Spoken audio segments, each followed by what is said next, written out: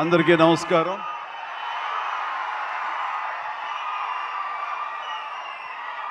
మా అభిమానుల్లో ఆనాటి నుంచి ఈనాటి వరకు క్రమశిక్షణ ఏమీ మారలేదు. అదే క్రమశిక్షణ, అదే ఉత్సాహం. మాట్లాడేవాళ్ళు ఏం మాట్లాడతారు ఇందామంటే కూడా వినపడని అంత గొడవ చేస్తున్నారు మీరు.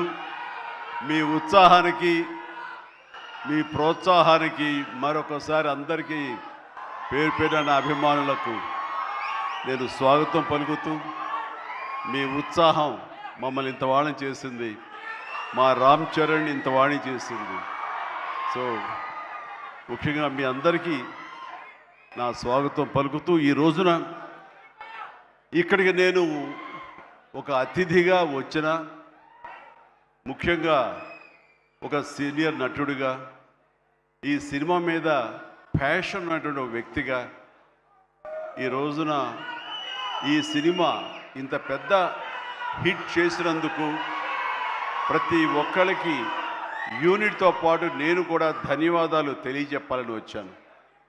ఇలాంటి సినిమాలు రావాలి, పరిశ్రమ సుభిక్షంగా ఉండాలి, కళకళలాడుతూ ఉండాలి. దానికోసం ఈ సినిమాని ఇంత పెద్ద హిట్ చేసినటువంటి ఈ సినిమా ఇంత విజయం సాధించినందుకు దోహదపడినటువంటి ప్రతి ఒక్కరికి నేను కూడా బాధ్యతగా నా హృదయపూర్వక ధన్యవాదాలు చెప్పుకోవాల్సిన సమయం ఇది. అండ్ ఈ రోజున ముఖ్యంగా చెప్పాల్సి వస్తే, నేను ఈ సినిమా చూసినప్పుడు ఒక భావోద్వేగానికి లోనయ్యాను. చాలా అరుదైన సినిమాలు కొన్ని ఆ రకమైన ఫీలింగ్ని ఇస్తాయి. ఆ సినిమాలో నేను ఒక క్యారెక్టర్ని, ఒక ట్రైబల్స్ యొక్క జీవన విధానాన్ని, వాళ్ళ ఆవేదాన్ని, వాళ్ళ బాధని, వాళ్ళ పోరాటాన్ని ఇన్ని చూడగలిగానే తప్ప ఏదో సినిమా బాగా చేశారు, బాగా యాక్ట్ చేశారు, అద్భుతంగా చిత్రీకరించారు డైరెక్టరు, ప్రొడ్యూసర్ బాగా రిచ్గా చేశారు అన్న భావం పోయింది. కేవలం ఒక ట్రాన్స్లోకి వెళ్ళినటువంటి భావం కలిగింది. ఎన్నో చోట్ల నేను కూడా క్యారెక్టర్తో పాటు క్యారీ ఆన్ అయిపోయి ఒక ఉద్వేగానికి లోనయ్యాను. వాళ్ళతో క్యారెక్టర్తో పాటు నేను ఆ బాధను అనుభవించాను. వాళ్ళ పోరాటంలో నేను ఒకనయ్యి ఈ సినిమాలో ట్రావెల్ చేశాను చూస్తున్నంతసేపు. అంటే ఇంత పవర్ఫుల్ సబ్జెక్ట్, ఇంత ఎమోషనల్ సబ్జెక్ట్, ఇంత మోటివేషనల్ సబ్జెక్ట్, ఇంత ఇంటెన్సిటీ ఉన్న సబ్జెక్ట్ని ఎన్నుకొని దాన్ని చరణ్కి తను న్యాయం చేస్తాడని నమ్మినటువంటి వ్యక్తిగా, డైరెక్టర్గా మొట్టమొదటిగా నేను బుచ్చిబాబుని మనస్ఫూర్తిగా సభాముఖంగా నేను నా హృదయపూర్వక అభినందనలు తెలియజేస్తున్నాను. ముఖ్యంగా గాడ్ బ్లెస్. తను విలేజ్లో పెరిగిన వ్యక్తి, విలేజ్లో వాళ్ళ మనస్తత్వాలు తెలిసిన మనిషి. అందుకని ఈ కథ ఒక మట్టి కథ, మట్టి మనుషుల కథ. వాళ్ళ యొక్క ఎమోషన్, భావోద్వేగాలని తను పూర్తిగా నమ్మి అవపోసన పట్టిన వాడు కాబట్టి దాన్ని ఇంత అత్యద్భుతంగా ఈ తెర మీదకి ఎక్కించగలిగాడు, మనల్ని ఇన్వాల్వ్ చేయగలిగాడు. అందులో నాలాంటి వాడు సైతం సినిమాని డిసెక్ట్ చేస్తూ చూస్తుంటారే ఆ భావం పోయింది. సినిమాలు ఇన్వాల్వ్ అయిపోయారు అన్నమాట. దానికి ప్రధానంగా దీన్ని ఆ ట్రావెల్ చేయడానికి దోహదపడడానికి ఒక గట్స్ కావాలి, ఒక కన్విక్షన్ కావాలి. దానికోసం మన అన్ని రకాలుగా ఈ సినిమాకి న్యాయం చేస్తున్న కథకుడుగా అవని, డైరెక్టర్గా కానీ బుచ్చిబాబు 100% న్యాయం చేశాడు. అండ్ ఇలాంటి బుచ్చిబాబు లాంటి శిష్యుల్ని చేరదీసి వాళ్ళలో ఉండేటటువంటి టాలెంట్ని సానబట్టి ఈ సానా బుచ్చిబాబుని మన అందరికీ గిఫ్ట్గా వదిలిన మా సుకుమార్ మాస్టర్ గారిని మనస్ఫూర్తిగా నేను అభినందించకుండా ఉండలేకపోతున్నాను. నిజంగా ఇలాంటి మట్టిలో మాణిక్యాల్ని వెలికి తీసేటువంటి ఒక దార్శనికుడు, ఒక ఫ్యూచర్లో ఇలాంటి వాళ్ళు ఇండస్ట్రీకి రావాలి అంటూ అలాంటి వాళ్ళకి అవకాశం కల్పించేటువంటి సుకుమార్ని నేను ఈ సందర్భంగా మనస్ఫూర్తిగా నేను అభినందించాల్సింది ఉంది. Thank you Sukumar. అలాంటి శిష్యులు మాకు అప్పగా ఇండస్ట్రీకి అవసరం. అండ్ ఇక ఈ సినిమాలో ప్రధానంగా ఇలాంటి సినిమాలు చిత్రీకరించాలంటే కనుక ఎంత డబ్బు అవుతుంది, ఏంటి బడ్జెట్ ఎంత, ఏంటి, దేనికి నెరవకుండా ఒక సినిమా తీయాలి. రామ్ చరణ్ నాకు చేస్తాను, నన్ను ప్రొడ్యూసర్ చేస్తాను, ప్రొడ్యూసర్గా నాకు సినిమాలు ఇస్తానని ఆయన రంగస్థలం టైంలో మాట ఇచ్చాడు సార్. దాన్ని నిలబెట్టుకుంటూ మళ్ళీ నాకు ఈ అవకాశం కల్పించాడు. కాబట్టి రామ్ చరణ్ గారు నా మీద పెట్టుకున్న నమ్మకానికి నేను దీన్ని ఎంతైనా సరే డైరెక్టర్ యొక్క విజన్ మేరకు దీన్ని నేను ప్రేక్షకుల యొక్క దీన్ని మనల్ని పొందేందుకుగా నేను సర్వశక్తులు వడ్డీ నేను మొత్తం ధారపోసి సినిమాను అత్యద్భుతంగా తీస్తానని ఆ గట్స్ ఉన్నటువంటి నిర్మాత సతీష్ కిల్లారు, ఆయనకి మనస్ఫూర్తిగా నేను అభినందించాలి. ఎందుకంటే దీంట్లో ఎన్నో కష్టాలు వస్తాయి, ఎన్నో బాధలు వస్తాయి. ఫైనాన్షియల్గా వయబుల్ అవ్వచ్చు, కాకపోవచ్చు, డబ్బులు మిగలచ్చు, మిగలకపోవచ్చు, లాభాలు రావచ్చు, రాకపోవచ్చు, ఏమి కాదు. ఒక అత్యద్భుత కథ. ఈ కథకి నిర్మాత అనిపించుకోవడం అంటే నాకు కావాల్సింది ఏముంది అంటూ ఆయన ఈ కథను నమ్మారు. అంత మంచి పేరు వచ్చింది దీనికి. కాబట్టి ఈ సందర్భంగా దీని వెనకాల వెన్నుదన్నుగా నిలబడ్డటువంటి కిలార్ సతీష్ గారికి కూడా నా అభినందన తెలియజేస్తున్నాను. ఇక రామ్ చరణ్ మిగతా విషయాలు మాట్లాడకుండా రామ్ గురించి మాట్లాడాల్సి వస్తే ఎవరికైనా ఏమనిపిస్తుందంటే బిడ్డ గురించి మాట్లాడుతుంటే అది ఆయుక్షీణం అంటారు. బిడ్డ గురించి మాట్లాడమంటే కనుక నా గురించి నేను మాట్లాడినట్లుగా ఉంటుంది అనుకుంటారు. అవన్నీ పక్కన పెడితే ఒక తోటి నటుడుగా ఈ ఇండస్ట్రీలో ఒక సీనియర్ యాక్టర్గా ఇలాంటి ఇంటెన్సిటీ, ఇలాంటి ఇన్వాల్వ్మెంట్ తోటి, ఇంత హై యాక్షన్ తోటి, డ్యాన్సులతోటి, ఎమోషనల్ సీన్స్ తోటి అన్ని రకాలుగా, అంటే ఒక ఆర్టిస్ట్కి ఎన్ని రకాల కోణాలు ఉండాలి, అన్ని కోణాలను పరిపక్వత సాధించి దాన్ని 100% బియాండ్ 100% తెర మీద చూపించేటువంటి చరణ్ నేను మనస్ఫూర్తిగా అభినందిస్తున్నాను. ఒక తండ్రిగా గర్వపడుతున్నాను. రంగస్థలం, మన సుకుమార్ గారి సినిమా రంగస్థలంలో వావ్ ఎంత బాగా చేశాడు, ఎంత అద్భుతంగా చేశాడు అని అనుకున్నాం. కానీ అలాంటి రంగస్థలాలు రావాలంటే మళ్ళీ ఎన్నేళ్ళు పడుతుందో ఏమో తెలియదు. ఎందుకంటే ఇవన్నీ కూడా అప్పుడప్పుడు తారసపడే గొప్ప అవకాశాలు ఒక ఆర్టిస్ట్కి పెర్ఫామ్ చేయాలనుకునే వాళ్ళకి. మిగతావన్నీ కమర్షియల్గా వస్తుంటాయి, మనం అందులో రాణిస్తాం, మెప్పిస్తుంటాం, డబ్బులు వస్తుంటాయి, అన్నీ వస్తుంటాయి. కానీ ఆర్టిస్ట్గా చిరస్థాయిగా నిలబడే సినిమాలు కొన్నే ఉంటాయి. అందులో రాజమౌళి సినిమా మగధీర కానివ్వండి, ఆర్ఆర్ సినిమాలు కానివ్వండి, సుకుమార్ రంగస్థలం కానివ్వండి, ఇంత త్వరగా ఒక 3-4 ఇయర్స్ గ్యాప్లో మళ్ళీ ఇలాంటి లాంటి సినిమా వస్తుందని నేను ఊహించలేదు. రియల్లీ ఆ రకంగా చరణ్ చాలా అదృష్టవంతుడు ఈ క్యారెక్టర్ రావటానికి. ఈ క్యారెక్టర్లో నేను చూస్తుంటే కాసేపు చరణ్ సినిమా అని కూర్చోని తప్ప నేను కానీ వాళ్ళ మమ్మీ కానీ థియేటర్లో చరణ్ మాకు కనిపించలా, పెద్దే కనపడుతూ వచ్చాడు, పెద్దే ఆలరిస్తూ వచ్చాడు. సో ఇది చాలా రేరుగా ఉంటుంది. సినిమా అలా కట్టిపడేయటం, క్యారెక్టర్లో కట్టిపడేయటం అంటే కనుక తను ఆ క్యారెక్టర్ని అవపోసన పట్టాడు, దాన్ని పూర్తిగా దాన్ని నమ్మాడు. ఆ క్యారెక్టర్ డైరెక్టర్కి ఏం కావాలో అది డెలివరీ చేయాలన్నాడు.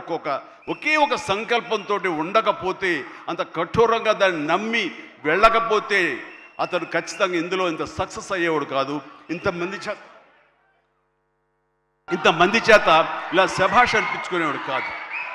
చెప్పాలంటే ఈ సినిమా చరణ్ మనల్ని సంతోషపెట్టాడు, మన చేత ఆనందంగా గెంతులు వేయించాడు, మన చేత బాధ పెట్టాడు, ఆ బాధకు మనం లోనయ్యేలా చేశాడు, ఆఖరికి విజయం సాధించాడు. ఇలాగా ఎన్ని రకాలుగా చూసుకున్నా సరే ఈ పెద్ద క్యారెక్టర్లో తను రాణించిన విధానానికి, తను పడ్డ కష్టానికి నేను మనస్ఫూర్తిగా నా అభినందనలు తెలియజేస్తూ ఎన్నో విషయాలు చెప్పాలి. అందులో మరొక విషయం ఏంటంటే ఆర్టిస్టులు అనేవాళ్ళు వాళ్ళ క్యారెక్టర్లో ఎమోషన్ వాళ్ళు ఓన్ చేసుకుని ఫీల్ అవ్వాలి తప్ప వాళ్ళు ముఖవళికలతోటి, ఫేషియల్ ఎక్స్ప్రెషన్స్ తోటి, ఫేషియల్ మజిల్స్ తోటి రాణించి రక్తి కట్టించాలన్నది పెర్ఫెక్ట్ యాక్షన్ కాదు. చాలామంది గొప్ప యాక్టర్లు ఉంటారు, వాళ్ళందరూ కూడా వాళ్ళు తెర మీద బాధపడుతూ మనల్ని బాధ పెడతారు. కానీ లోపల ఉన్న ఫీల్ని వాళ్ళు ఫీల్ అవుతూ తన మనసు లోపల అంతర్గతంగా ఏమి ఫీల్ అవుతాడో దాన్ని కళ్ళ ద్వారా మాత్రమే చూపిస్తూ మనల్ని కంటదరి పెట్టించే విధంగా చేశాడే, అది పరిపూర్ణమైనటువంటి నటన, పరిపక్వత ఉన్నటువంటి నటన. ఈ రోజున రామ్ చరణ్లో పరిపూర్ణత, పరిపక్వతను నేను 100% నేను సాటిస్ఫై అయ్యే విధంగా చేయగలిగాడు. మీరందరూ కూడా ఆశీస్సులు అందించే విధంగా, దాన్ని ఆమోదించే విధంగా ఈ రోజున తెర మీదకి కనిపించిందంటే కనుక అది దాన్ని మనస్ఫూర్తిగా ప్రతి ఒక్కళ్ళం అభినందించాల్సినటువంటి ఇది. ఇక సినిమాని మనసుతోటి ఎలా ఫీల్ అయ్యి చేశాడో అది అలా ఎగ్జిబిట్ అయింది కాబట్టి మన మనసును తాకాడు. అది పక్కన పెడితే ఏ రకంగా బాడీ ట్రాన్స్ఫార్మ్ అయ్యాడు. ఒక్క నిమిషం ఆగండి, మీరు బాధ్యతగా వినండి. నేను చెప్పే విషయాలు మీ అందరూ కూడా మోటివేట్ చేసే విషయాలు, అందుకనే మీరు క్రమశిక్షణతో ఉండండి. Thank you very much. Please ఒక నిమిషం. మీరు ప్రతి వాళ్ళకి ఒక ధ్యేయం ఉండాలి. ఆ ధ్యేయంని మనం ఓన్ చేసుకోవాలి. ఆ గోల్ వైపు వెళ్ళేందుకు ఫిజికల్ కష్టం సరే ఎలా పడాలంటాలో ఈ రోజున ఒక స్టార్ కొడుకు గోల్డెన్ స్పూన్తో పుట్టాడు.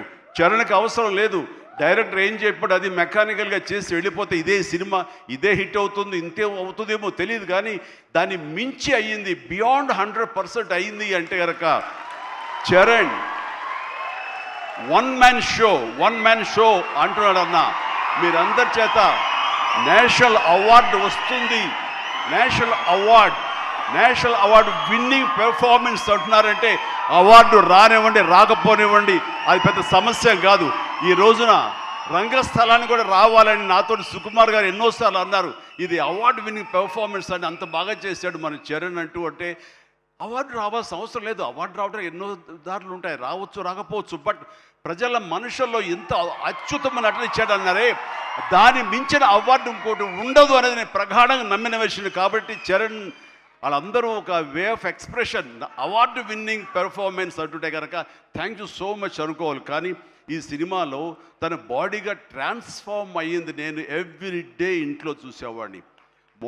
ఎర్లీ మార్నింగ్ లెగిచి ఎక్సర్సైజ్ చేసి క్రమం తప్పకుండా ఎక్సర్సైజ్ చేసి మళ్ళీ పగలంతా ఇక్కడ యాక్షన్ సీక్వెన్స్లో పాల్గొని అలిసిపోయి ఇంటికి వచ్చి స్నానం చేయకుండా మొహం గడుక్కుని ఒక సూప్ తాగి కొంచెం ఎనర్జీ గెయిన్ అయిన తర్వాత మళ్ళీ 9 to 10 ఈవినింగ్ మళ్ళీ ఎక్సర్సైజ్ చేసేవాడు. నేను అన్నాను అవసరమా ఇది ఇలా చేస్తున్నాడు వీడు, అవసరమా అంటే లేదు రేపు మార్నింగ్ మళ్ళీ ఫ్రెష్గా ఉండాలి బాడీ, లేకపోతే సహకరించదు, రేపు పొద్దున మళ్ళీ యాక్షన్ సీక్వెన్స్లు ఉన్నాయి, ఈ రెజ్లింగ్ ఉంది నాకు అది ఇది అంటే చెప్తుంటే కనుక వాళ్ళ అమ్మ చాలా బాధపడిపోతుంటుంది. కానీ నాకైతే మాత్రం శబాష్ కష్టాన్ని నమ్ముకున్నాడు, నాకేట్లే అనే ధోరణిలో లేడు. నేను మనస్ఫూర్తిగా అంతరాలలో మనసుల్లో నేను తన్ని చాలా ఎప్రిషియేట్ చేస్తూనే ఉండేవాడిని. ఒకరోజు సడన్గా ఫోన్ కాల్ వచ్చింది, బాబుకి చరణ్కి ఒక దెబ్బ తగిలింది సార్, గబుని హాస్పిటల్కి తీసుకెళ్ళి. అనగానే ఎలా ఉంటుంది, ఏం దెబ్బ తగిలింది, ఎంత తగిలింది, ఎంత ఇదేంటి ఈ యాక్షన్ సీక్వెన్స్ అంటున్నాడు మాకు తెలుసు అనేసరికి ఏంటి ఏం దెబ్బ తగిలింది సార్ మీకు ఫోటో పంపిస్తానని ఫోటో పంపించారు. ఫుల్ ఈ కన్ను కన్నంత ఎర్రగా అయిపోయి కిందంతా రక్తధారతో వస్తే ఆ స్టిల్ చూసిన తర్వాత కన్నుకి ఏమైనా అయిందా, కన్నే పోయిందా అనే భావంతో కంగారు పడిపోయాం.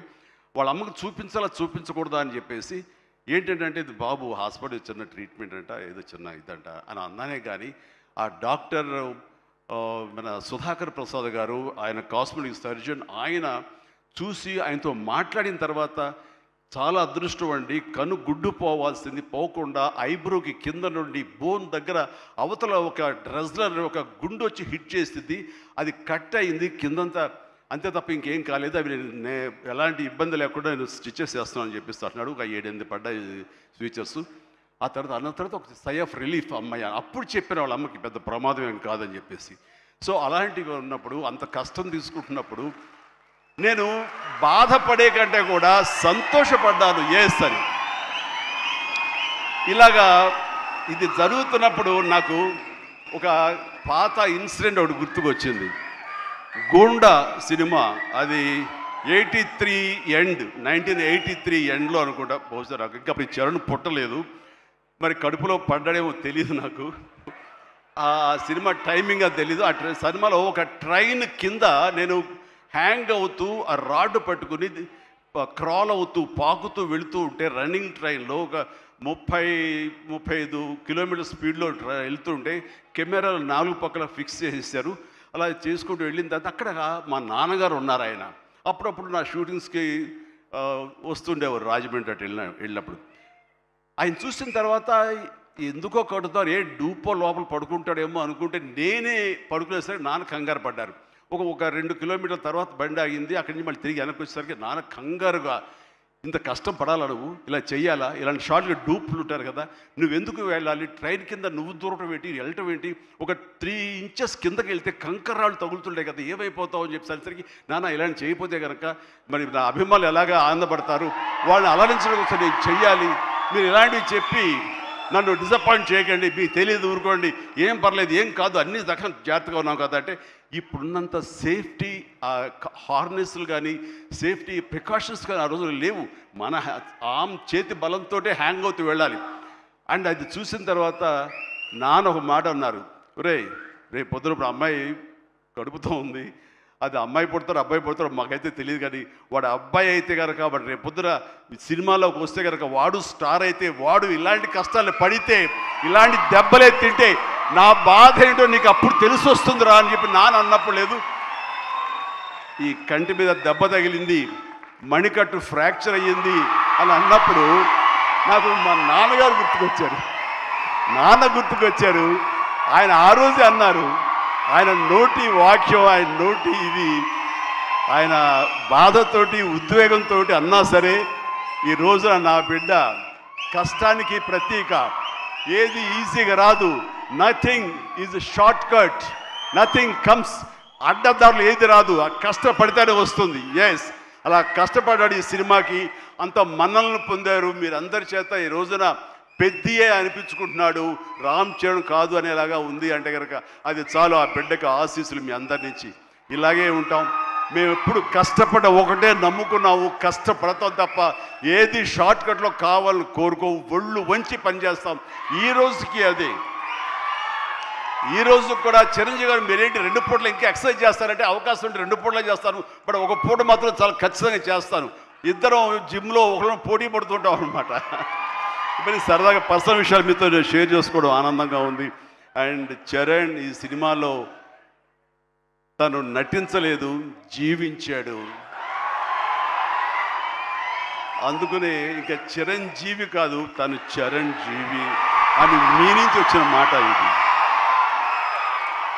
నిన్న కూడా ఢిల్లీలో పిఎం గారు నరేంద్ర మోడీ గారితో పాటు తను కూడా ఒక కాంక్లేవ్లో పాల్గొన్నాడు. రిపబ్లిక్ టీవీ కాంక్లేవ్లో పాల్గొన్నప్పుడు వాళ్ళు కొత్త కాయినేజ్ పెట్టారు, న్యూ ఏజ్ మెగాస్టార్ అని. ఎస్, మనం ఇలాంటి అవకాశాలు నాకు రాలేదు, కానీ చరణ్కి వచ్చింది. చరణ్ దాంట్లో నిరూపించుకుని ఒక అడుగు ముందుకు వెళ్తున్నాడు. కాబట్టి చరణ్ ముందుంచి నేను వెనక ఉండడం అన్నది సబబు, అది కరెక్టు. బిడ్డలు ఎదిగినప్పుడు, బిడ్డలు ముందుకు వెళుతున్నప్పుడు ఆ పొందే ఆనందం అంతా ఇంత కాదు. సో ఈ రోజున ఈ పెద్ది తర్వాత రంగస్థలంలో కొంతవరకు, ఇప్పుడు ఈ పెద్ది తర్వాత పుత్రోత్సాహం అనేది 100% నేను ఫీల్ అవుతున్నాను.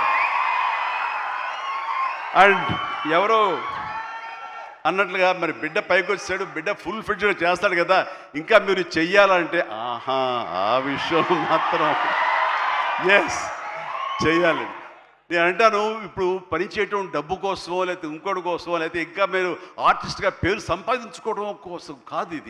ఇది పని చేయటంలో ఆనందం ఉంది, పని చేయటంలో ఒక ఎనర్జీ ఉంటుంది. సో అది పూర్తిగా జీవితకాలం అనుభవించిన నాకు, 47 సంవత్సరాల పాటు అనుభవించిన నాకు ఆ పని అంటే ఆ ఉత్సాహం అంతే. జస్ట్ 24 అవర్స్ బ్యాక్ మొన్న ఉదయం 4:30 లేచాను. ఎందుకంటే ఎక్కడో అల్యూమినియం ఫ్యాక్టరీలో నేను 8 o'clock షార్ట్లో ఉండాలి అంటే 4:30 లెగిస్తేనే కానీ నేను వెళ్ళలేను. 4:30 లేచాను, ఒక 1 hour ఎక్సర్సైజ్ చేస్తాను, మేకప్ అండ్ వెళ్ళిన తర్వాత ఏం ఓపిక అండి మీకు అట్లాగా, ఇంకా ఎన్నాళ్ళు పని చేస్తాను మా ఆవిడ అంటుంటే, సరే చాలు వెళ్ళమ్మా ఇలా చెప్పిన డిసప్పాయింట్ చేయకు, నేను చేయాలి, చేతిలో ఉత్సాహం అని చెప్పి. సో పని అనేది మాకందరికీ జీవన ఇది మనకి, అది ప్రతి ఒక్కరికి కావాలి, అది లైఫ్ లైన్ మనకి. సో పని చేసే విధంగా ఉండాలి. సోంబేరితనం కానీ, చూద్దాంలని పోస్ట్పోన్మెంట్లు కానీ, ప్రొకాస్టినేషన్స్ కానీ, ఇవన్నీ కూడా మా దగ్గరికి, మా ఇంట్లోకి రావు, మా గుమ్మంలోకి రావు, మా యొక్క కాంపౌండ్లోకి రావు. అందుకనే అదే కష్టాన్ని తను నమ్ముకున్నాడు, అదే కష్టాన్ని నేను నమ్ముకున్నాను. మా కష్టానికి ప్రతిఫలంగా మమ్మల్ని ఎక్కడో మీ గుండెలు ఎక్కడో పెట్టారు. అంత మంచి స్థానం మాకు ఇచ్చినందుకు చరణ్ తరపున, నేను మా కుటుంబం తరపున మీ అందరికీ మనస్ఫూర్తిగా, ప్రజానీకానికి, ప్రేక్షక లోకానికి, ఎవరైతే ఈ సినిమాని ఆదరించారో, చిన్న బిడ్డల దగ్గర నుంచి, టీవీల ముందు డ్యాన్స్ వచ్చే బిడ్డల దగ్గర నుంచి, థియేటర్లో కన్నీళ్ళు పెట్టుకుని ఎమోషన్లో అయినటువంటి యువత వరకు, అమ్మాయిలు కానీ, అబ్బాయిలు కానీ, పెద్దవాళ్ళు కానీ, వీళ్ళందరూ చూసి ఆనందిస్తుంటే నేను కూడా వావ్ చాలు ఈ జన్మ కన్నా ఫీలింగ్ నాకు ఇచ్చాడు. Thank you Charan, love you రా, లవ్ యూ మై గాడ్. ఇక ఈ సినిమాలో ప్రత్యేకంగా చెప్పాల్సింది నెక్స్ట్ జగపతి బాబు గారు. జగపతి బాబు గారు ఆంగికం, ఆహార్యం టోటల్గా మారిపోయింది. అసలు జగపతి బాబు అనే ఆ వాయిస్ వినేంతవరకు నాకు తెలియదు. ఈ సినిమాలో ఒక ఆయువు పట్టులాగా ఉండి, ఒక సోల్ ఆఫ్ ద ఫిలిం అని చేసి తను పెర్ఫార్మెన్స్ తోటి ఆ సినిమా హీరోని, ఎవరైతే పెద్దని మోటివేట్ చేసే విధంగా ఆ క్యారెక్టర్ కన్సీవ్ చేయటం కానీ, ఆ క్యారెక్టర్ని తీర్చిదిద్దిన తీరు కానీ చాలా అద్భుతం. అలాగే ఒక హుందాతనంతో శివరాజ్ కుమార్ ఎందుకు పెట్టారా, ఏముంటుందో అనుకుంటే కనుక, చరణ్ లాంటి ఆర్టిస్ట్ని మీద అజమాయిషీ చేసేవాడు ఎవరైనా ఉండాలి అంటే వాడికి ఒక స్టామినా ఉండాలి, ఒక స్ట్రెంగ్త్ ఉండాలి, ఒక ఇమేజ్ ఉండాలి. అందుకనే శివరాజ్ కుమార్ నాకు సోదరుడు సమానం. తను తీసుకుని ఈ సినిమాలో హుందాతనంతో తను డిగ్నిఫైడ్గా తను చేసి ఈ క్యారెక్టర్కు నిండుదనం తీసుకొచ్చాడు. అలాగే తన అందచందాలతో ఆనాడు మా శ్రీదేవి తనయ జాహ్నవి కపూర్ తన అందాలతోటి, సాంగ్స్ తోటి అమ్మాయి అలరించింది. అండ్ దాని తర్వాత ప్రతి నటులకు పేరు పేరున నా హృదయపూర్వక అభినందనలు తెలియజేస్తున్నాను. తర్వాత ప్రధానంగా ఇక టెక్నీషియన్స్కి వస్తే కనుక రెహమాన్ గారికి ప్రథమ తాంబూలం ఇవ్వాలి. రెహమాన్ గారు ఈ సినిమా ఎలా ఒప్పుకున్నారు, ఏమిటి, ఎలా ఒప్పించాడు, నువ్వే భాషతో మాట్లాడేవని జోక్ చేస్తూ మాట్లాడుతున్నాం. కానీ ఒక మంచి కంటెంట్ ఉంటే కనుక ప్రాణం పెట్టి చేయాలనుకునే ప్రతి టెక్నీషియన్ దాన్ని ఓన్ చేసుకుంటాడు. ఆ రకంగా ఈ కథని పెద్దని ఓన్ చేసుకుని దానికి ప్రాణప్రతిష్ఠ చేసినటువంటి రెహమాన్, దాని సాంగ్స్ ఇచ్చి మేము అందరి చేత ఉత్సాహంగా కేరింతలు పెట్టే విధంగా, ఉత్సాహం డ్యాన్స్ ఇచ్చే విధంగా చేసినటువంటి రెహమాన్ గారికి కూడా సభాముఖంగా నా హృదయపూర్వక అభినందనలు తెలియజేస్తున్నాను. అండ్ ర్యాండీ రత్నవేలు గారు మాకు మన సినిమాలు పనిచేశారు, మా 150కి. అలాగే చరణ్తో కూడా కపుల్ ఆఫ్ మూవీస్ చేశారు. ఆయన టోటల్గా ఇంకొక పెద్ద లోకాన్ని చూపించాడు. ఆయన పెద్ద లోకాన్ని అంటే ఎక్కడ కూడా అది మన హైదరాబాద్ పరిసర ప్రాంతాల్లోనూ మహా అయితే కొంచెం శ్రీలంక దాకా వెళ్ళారు. శ్రీలంకలో తీసి ఎక్కడ చేశారు. కానీ అది టోటల్గా గతంలో ఎప్పుడు చూడని విజువల్స్, ఆ రకంగా విజువల్ వండర్ క్రియేట్ చేసిన రత్నవేలును కూడా మనస్ఫూర్తిగా నేను అభినందిస్తాను. అలాగే ఆర్ట్ డైరెక్టర్స్ కానివ్వండి, ప్రొడక్షన్ మన నూలి ఎడిటర్ నవీన్ నూలి గారు కానీ, ఇలా ప్రతి ఒక్కరు కూడా పూర్తిగా ఇన్వాల్వ్ అయ్యి వాళ్ళ శాఖలను న్యాయం చేస్తూ టోటల్గా కాంప్రహెన్సివ్గా ఈ సినిమాకి మరో లెవెల్కి వెళ్ళడానికి దోహదపడ్డారు. వీళ్ళందరికీ కూడా మనస్ఫూర్తిగా అభినందిస్తూ, సతీష్ గారు ఇలాంటి సినిమాలు మీరు చేయండి. అండ్ ఈ సినిమాలు డెఫినెట్గా ఆదరిస్తారు ఒక న్యూ వేవ్ థాట్ తోటి. అండ్ బుచ్చి మళ్ళీ ఒకసారి చెప్తున్నాను, ఇలాంటి అవకాశాలు, ఇలాంటి థాట్స్ వస్తే మాత్రం డెఫినెట్గా నువ్వు చేయాలి మీ గురువుగారి ఆశీస్సులతోటి. అండ్ మనస్ఫూర్తిగా అభినందిస్తూ నాకు ఈ అవకాశం ఇచ్చినందుకు thank you so much. Thank you and excellent. Bye everyone, good night and take care. జాగ్రత్తగా వెళ్ళండి. అమ్మా నాన్నలు మీకోసం ఎదురు చూస్తుంటారు. సంతోషంగా ఇంటికి వెళ్ళండి. Bye, good night.